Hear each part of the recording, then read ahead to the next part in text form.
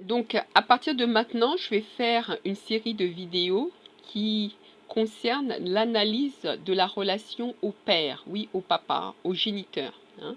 Donc, vous pouvez par exemple avoir votre papa qui est vivant, donc en gros, mais il ne s'est jamais occupé de vous quand vous étiez enfant ou quand même vous n'avez aucune relation avec lui.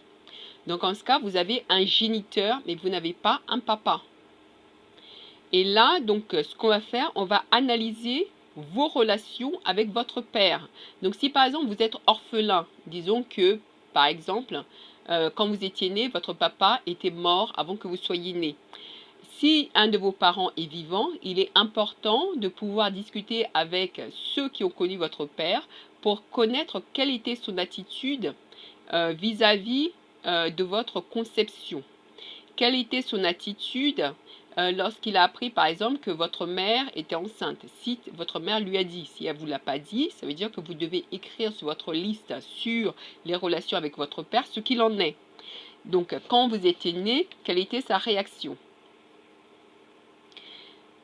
Donc, toute cette série d'exercices, je vais poser des questions et ce que vous ferez dans votre temps, vous répondrez à ces questions, vous réfléchirez à ces questions et vous développerez toutes les idées, toutes les pensées qui vous viennent autour de ces questions-là.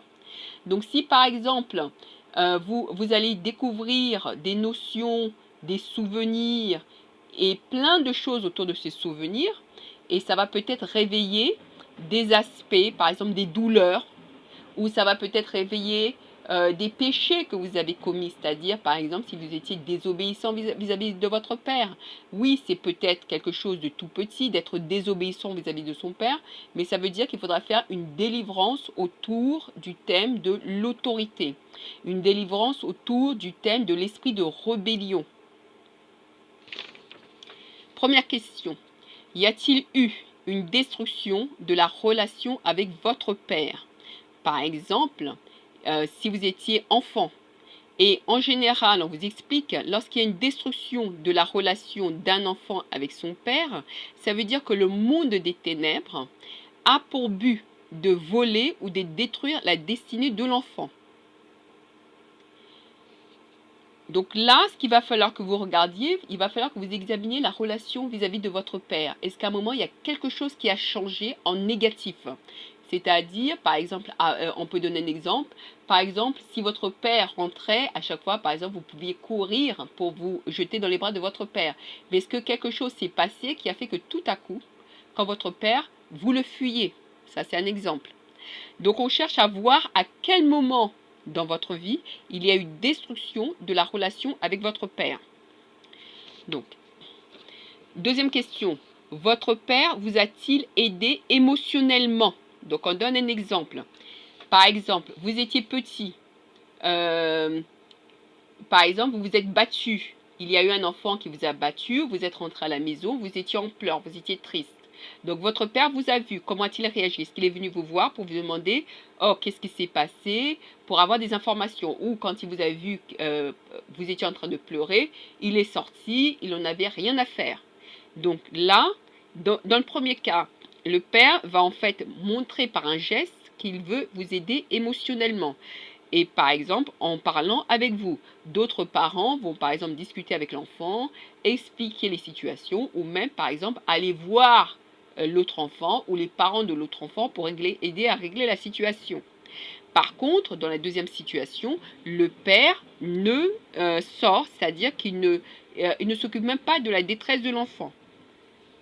Un exemple, aviez-vous des difficultés et votre père, comment réagissait-il face à ces difficultés-là? Avez-vous des questionnements? Quand on grandit, on a des questions sur la vie, sur les choses autour. Pourquoi ceci? Ou est-ce que je peux faire ça? Ou d'autres types de questions. Donc, est-ce que vous pouviez poser des questions à votre père? Est-ce que si vous aviez des questions, vous les posiez à votre père ou vous ne les posiez pas à votre père? Et la raison, on vous demande pourquoi. Est-ce qu'à un moment, vous aviez eu l'impression que vous ne pouviez pas parler à votre père? Est-ce qu'il y a eu un moment dans votre vie où vous aviez eu l'impression que vous n'étiez pas aimé de votre père? Ça, c'est très important.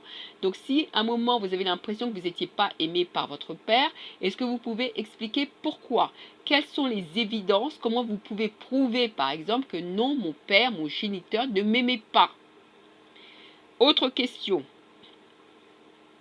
Pouvez-vous ou pouviez-vous faire confiance à votre père? Donc vous regardez à chaque moment de votre vie et vous regardez si vous pouviez ou pas faire confiance à votre père. Si vous ne pouviez pas faire confiance à votre père, à partir de quel moment? Que s'est-il passé pour que vous pensiez que vous ne pouviez plus faire confiance à votre père? Donc, votre père vous protégeait-il? Ou votre père vous a-t-il protégé? Ou est-ce que votre père vous a exposé? Parce qu'il y a des pères qui utilisent leurs enfants pour exposer leur enfant au danger. Est-ce que votre père vous a exposé? Donc là, vous repartez dans votre enfance et vous regardez tout moment où vous, en tant qu'enfant, vous avez senti que votre père vous a exposé. Vous vous montrez tout le moment où vous avez senti que votre père ne vous protégeait pas. À quel moment la confiance avec votre père a-t-elle été brisée? Donc vous regardez dans votre enfance et chaque déroulement, ou même en tant qu'adulte, peut-être qu'en tant qu'adulte il vous a dit quelque chose, ou tout à coup, ça a changé totalement le point de vue que vous aviez vis-à-vis de votre passé. Donc à quel moment la confiance avec votre père a été brisée? Y a-t-il des choses que vous n'aviez pas dit à votre père quand vous étiez enfant? Pourquoi? Peut-être parce que vous disiez que c'était une bêtise. Donc vous écriviez, j'ai fait une bêtise, vous détaillez, et je